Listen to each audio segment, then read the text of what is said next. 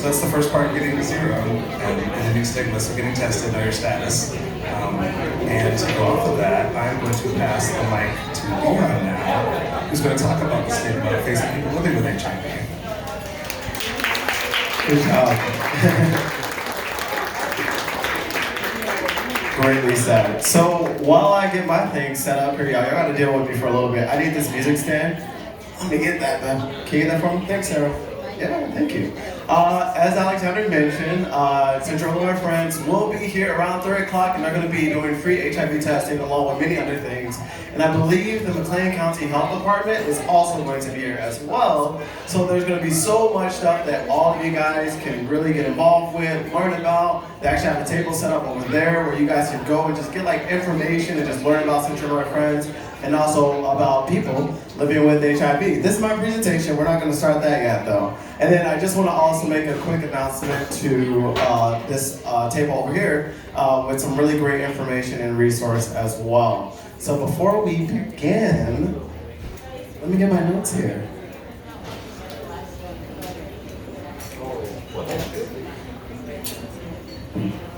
So before we begin, how many of you guys are enjoying this event? Like, honest. Can I get a round of applause? Thank you, Brittany. Thank you so much. You see, you brought so many great people here. Thank you, everyone. Thank you for hearing our stories, being a part of this. This is truly a magnificent event itself. So before I go ahead and start, can we go ahead and get this slideshow full screen and then actually start the ad? I think sometimes we just forget that we're still human beings.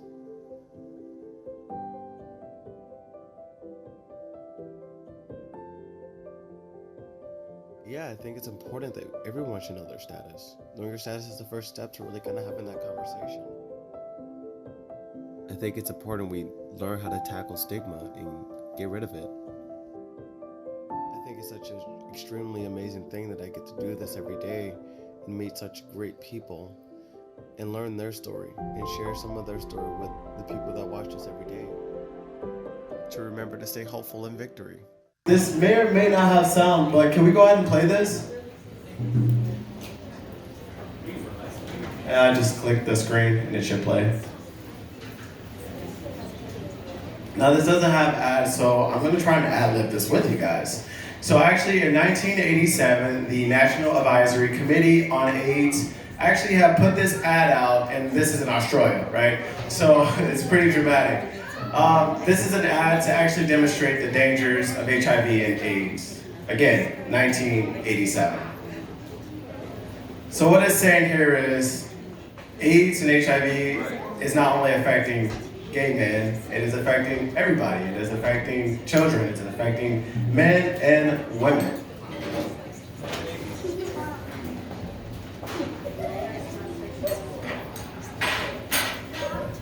Ooh.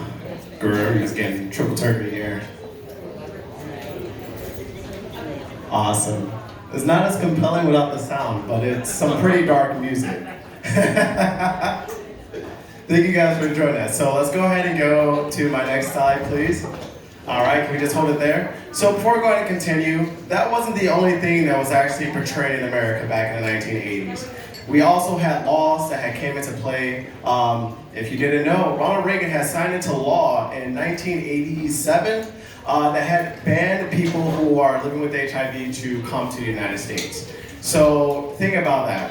People couldn't enter in because of their status. And once that had proceeded, you now have people who are living with HIV within the United States, and Black and brown communities and queer communities are now being affected by an administration who doesn't see them as people, but also don't understand HIV and AIDS itself. You then had racism, you had homophobia, ads like that I just showed you, and of course science wasn't really up to date with everything at that moment in time. So now we look at the already marginalized, stigmatized group of people. The HIV was no longer a gay man's disease, as I mentioned earlier, but this now had become a hide your kids, hide your wives, because AIDS is killing everybody out here kind of disease. So from that moment forward, we realized that we need to do research on what HIV, how that's being spread, how that's affecting people. And so I'm going to take you guys back into a little bit of history, actually. So if you feel like you have some questions, as I tell you this information, raise your hand. I am not against hearing what you have to say, but one diva, one mic, all right? So I'll come to you. So actually, HIV and AIDS could be dated back as far as 1969 by a young black boy. His name was Robert Rayford. He actually had died of pneumonia-related illness, is what they said, right? So actually 12 years after that, they had discovered from his tissues that they reserved that he actually died from AIDS-related pneumonia. Now what that tells us as a society and as science is, wait, HIV and AIDS have been around a lot longer than we thought it was. A lot longer than we thought patient zero being the person who actually had brought HIV and AIDS to us. That wasn't the case. I think patient zero had came into play around the time of 1987. And then long after that, we had Ryan White, who was also a young boy, young teenager, who was a homophiliac, and he was going to get a blood transfusion. And in that blood transfusion, it was contaminated. He had contracted HIV. From that point forward, HIV had became this, or let me back up. From that moment forward, children in Americans' eyes had become worthy of America's empathy, but not gay men, not black and brown communities, but children were, which I'm not against. But if we go back and do our homework, we learned that HIV is not only transferred through needles. HIV can be transferred through breast milk. HIV can be transferred through anal sex, vaginal secretion, things of that nature. But over time, of course, we have learned, let me get my little note here and move it over. Through the CDC's confirmation, actually back in 1987, and if we look at the science of what we have today and how HIV and AIDS is managed, that's about what, 1987 to 2019? That's 32 years, don't correct me if I'm wrong. That's about 32 years of science and research and people like myself, because if you haven't known why I'm up here, I actually am living with HIV. So that's why I'm doing this presentation for you guys. But back to my topic that I was getting to. But those 32 years actually helped revolutionize how HIV and AIDS is actually managed within our bodies, within our perception as America. But the biggest question that I have for everybody here is, with that 32 years passing, why haven't stigma waned alongside the revolution of science? We now have science that prove that you can be treated, you can live, you can be happy, you can be this and be happy and successful. You can live in bright, colorful communities. But somehow, when someone finds out they're HIV positive, there is shame, there is stigma, and there's fear. Now, I coined that term as the SSF paradigm. Shame, stigma, fear. I'm going to be saying that quite often. And frankly, I hope you guys catch on to that, because I have some questions for you guys at the end. And whoever answers those questions actually gets a goodie. But over time, that has progressed. The stigma stayed with us, the shame stayed with us, and the fear stayed with us. And actually, it kept a lot of us in the closet more than our sexual identity did. So we look for people, we look for representation. We look for people who got on the screen and spoke of their stories of being HIV positive or being queer, and we didn't get that often. We got that once, as I mentioned earlier before, patient zero, he actually went on TV and he quickly explained the queer identity. What is the queer identity? He said it so quickly, and we all know through Rainbow and all these different identities that we have here that you just can't have one person represent everyone. That's impossible. But he went up there and he stated that. And then he also stated HIV itself and that it is related to gay men. He demonized sexuality. He demonized sex between, he demonized this to a community that yet had a name or had a voice to speak up, say things, and just be proud to be queer. Now, before I go ahead and continue, can I get my next slide, please? We talked about that one. Can I get the next one? Talked about that one. Can I get one more?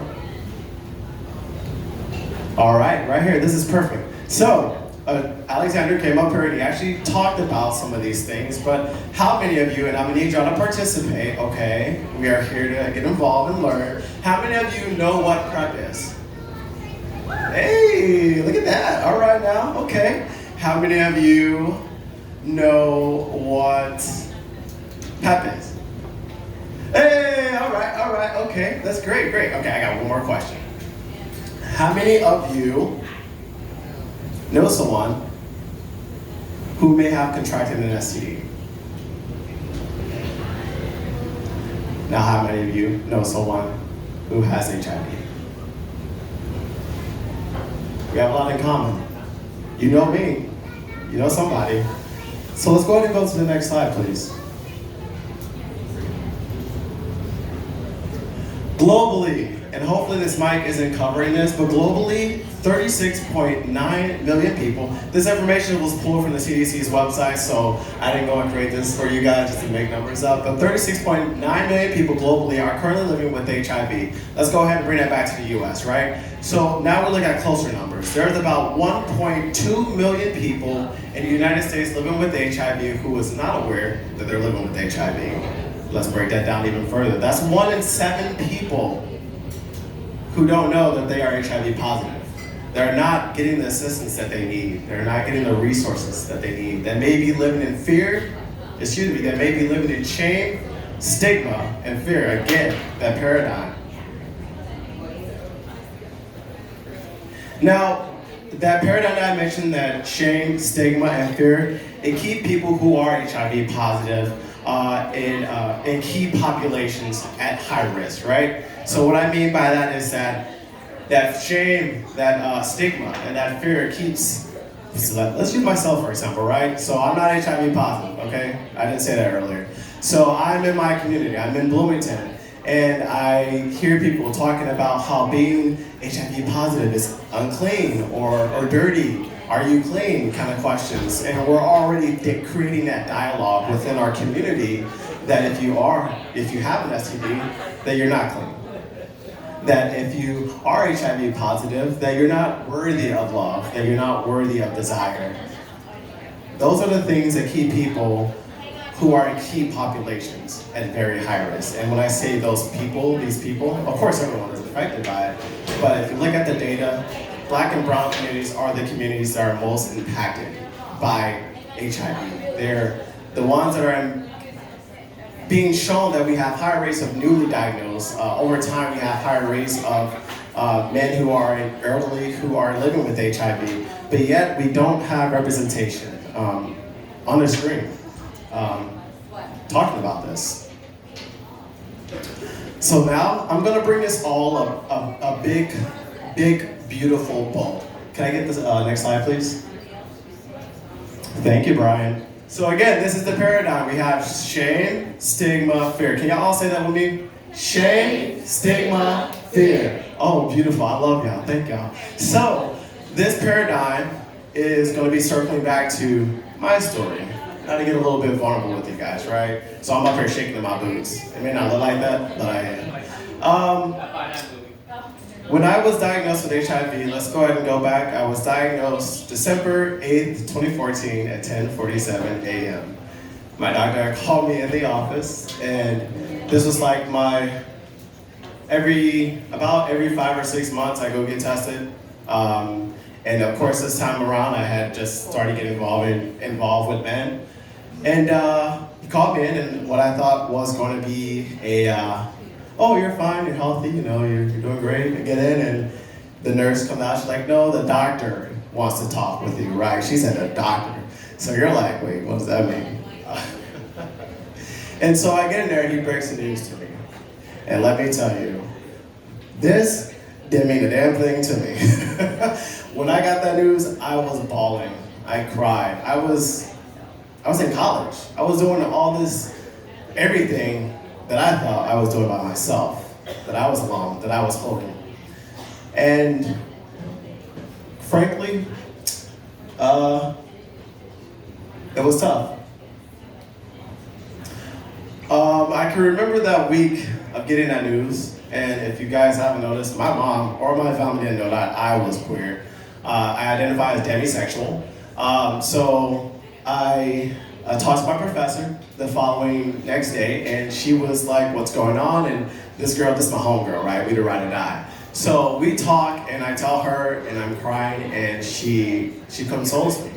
She's the first person to show me that no matter what you are or what you may have, does not define you, right?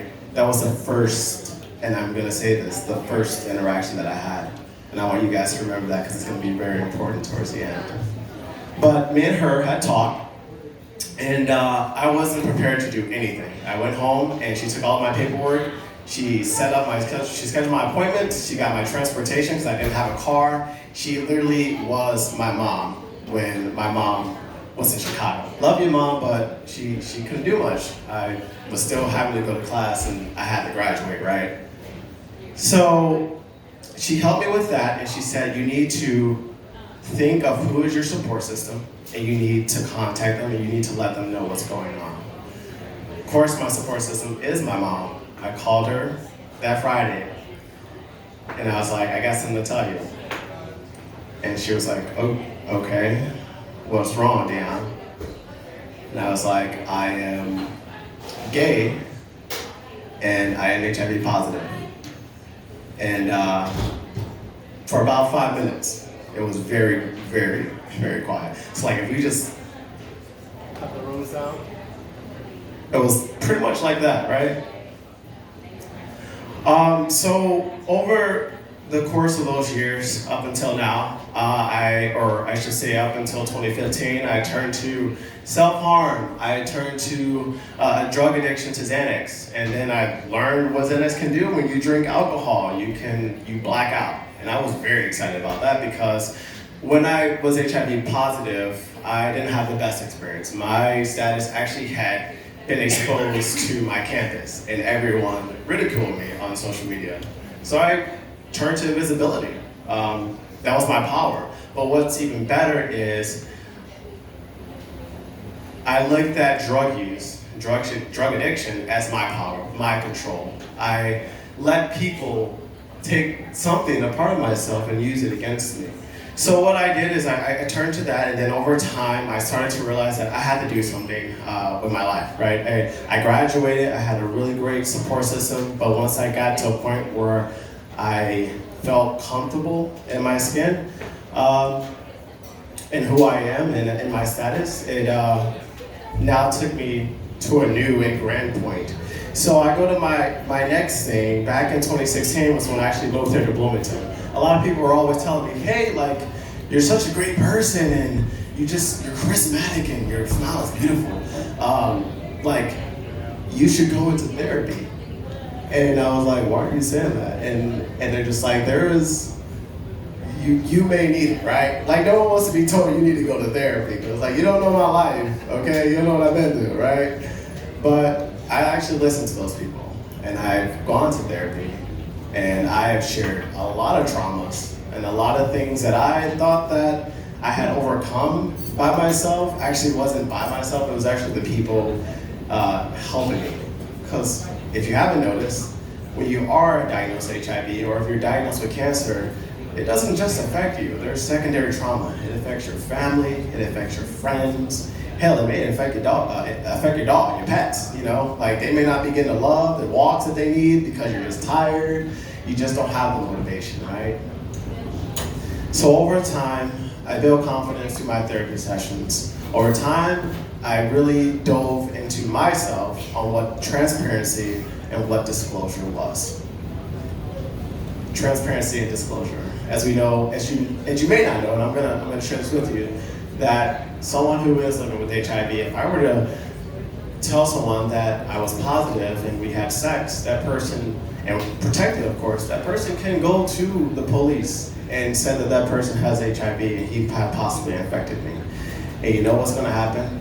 They're gonna drag my ass to jail, and that's gonna be my story. That is the story of many many people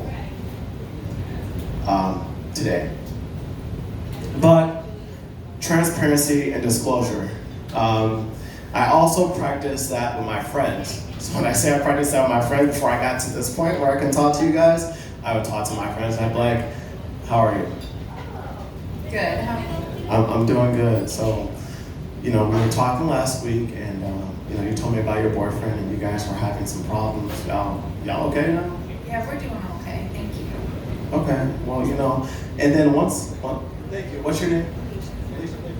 Thank you. Thank you. Great job. Beautiful, thank you, honey.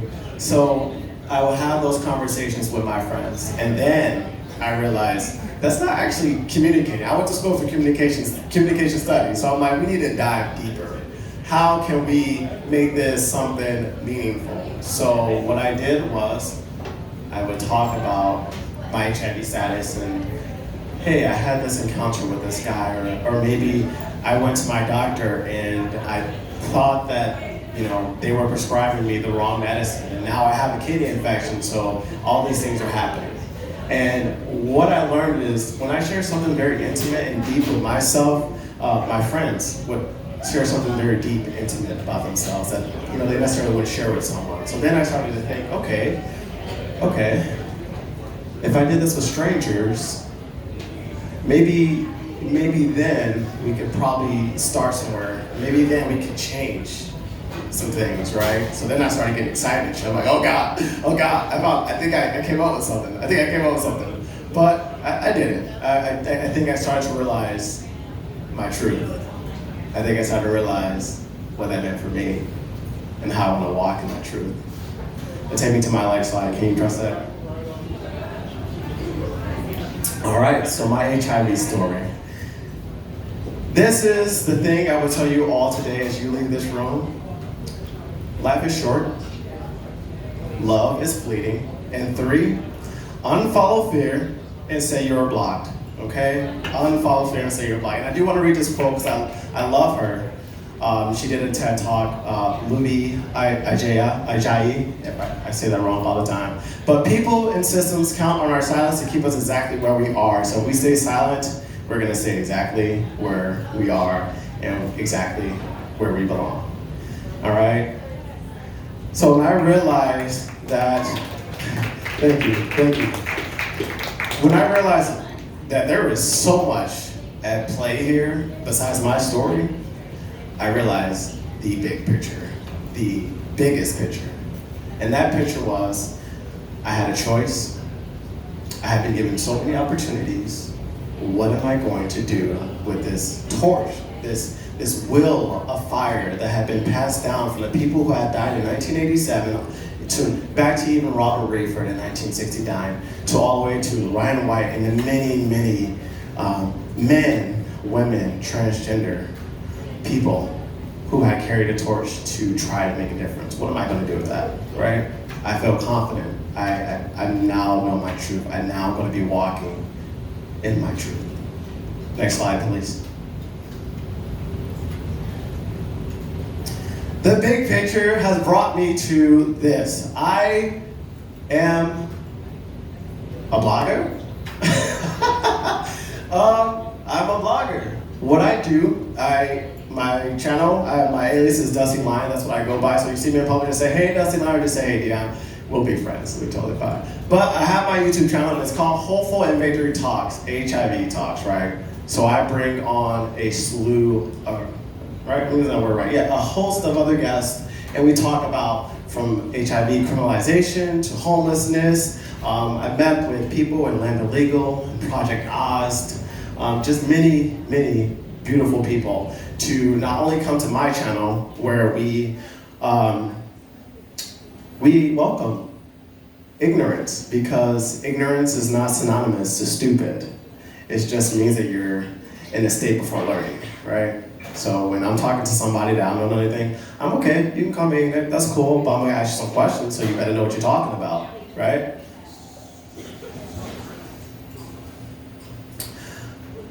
But the best part about my channel was, I realized the biggest picture was I can help the little Deons out there. That I can hold their hands, I can help the Black and brown communities out there. I can help the people who don't have a choice, who don't have the resources that I do, that this community offers to people such as myself, to let organizations be possible, right? I had that choice, and I either can be selfish with it, or I can heal other people with it. But you know what? That's okay. So I advocate for the lack of resources. We go on my channel, we talk about visibility. We opt in for the visibility, right? So I get people on there and we talk about these many topics from homelessness to transgender issues. Actually, Brittany was on an episode way back when I started over there waving, back last year in December, and we had a fantastic time. We got to share things that I have experienced, that she has experienced, and that she shared with me, that I may have never probably would know of or go through in my life, right? Ignorance, right? But I wasn't ashamed. I wasn't shamed by it. I wasn't stigmatized from sharing my truth, and I didn't have the fear to speak up and share that with her. And I kept doing that with many, many people. And the more I did that, the more people came to me to talk about their experience.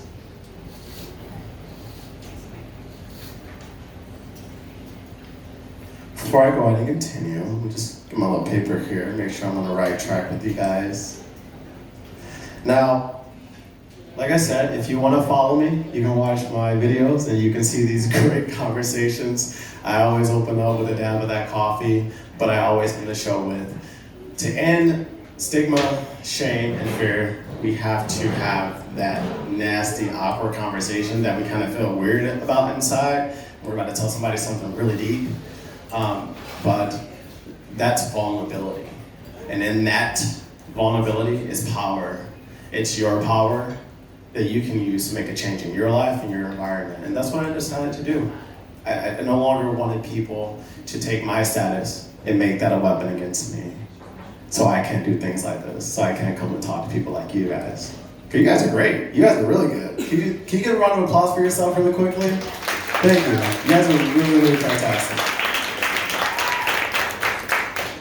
So before I go ahead and end this, get my last one here. I want to go ahead and go to my next slide of all the organizations and people who have helped me get here. From Positive Health Solution in Peoria.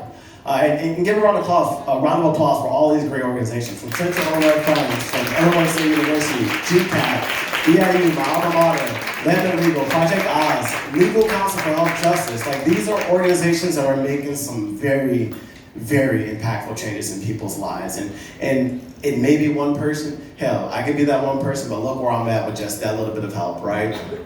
I'm here to talk about it. So I really want to give a great thanks to these people who have come into my life and who has come onto my show, and we talk about HIV. We talk about the different stigmas and shame and prejudice, fear, and different experiences that I may never be able to live. And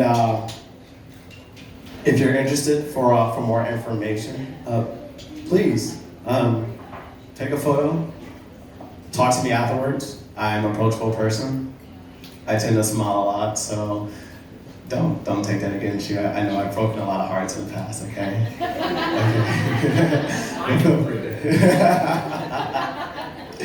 But hey, step up. I would love to talk and get to know you guys. Next slide, please.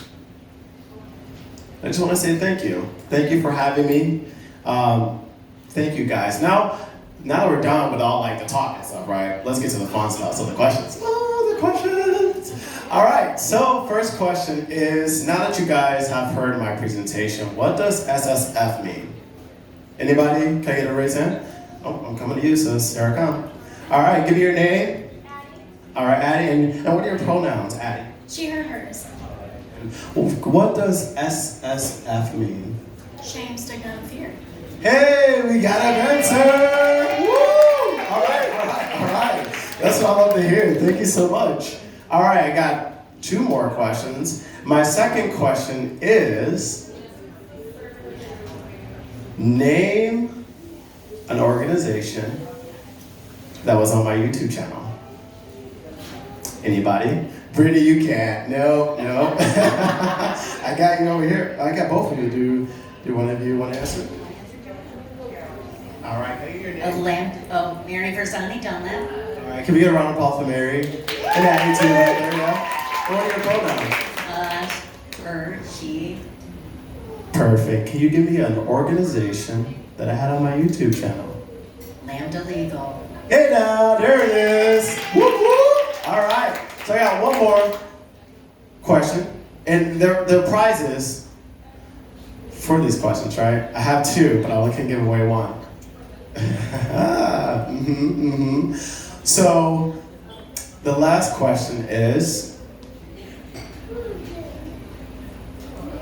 ooh, I'm getting a lot of eyes on me right now. God, I'm so nervous. Let me turn around. Can someone name one of the participants that I named early in my presentation, who helped snowball, if you will, or began the movement of HIV coming to the public's eye? That's a really weird question. Let me see if I can rephrase that. So I named three people at the beginning of my presentation. Three of those people had a huge hand in HIV and America's perception of HIV. Can you name one of those three participants? I got a hand back here. So I need your name. I'm Jen. Oh, I know you, Jen. Hi. How are you? Good, I'm good. I'm Ryan White.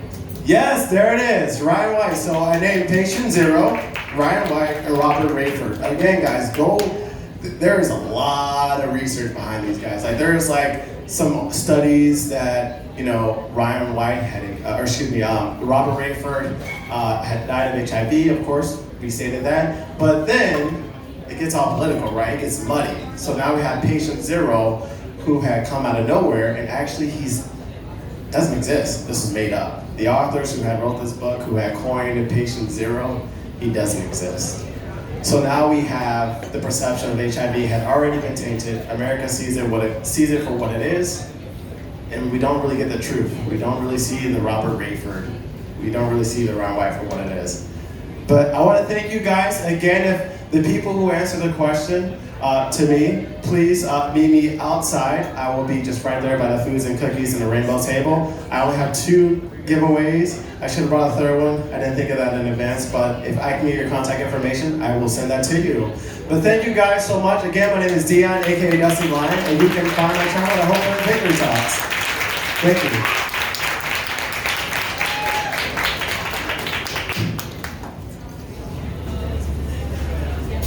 Have a great day. You too.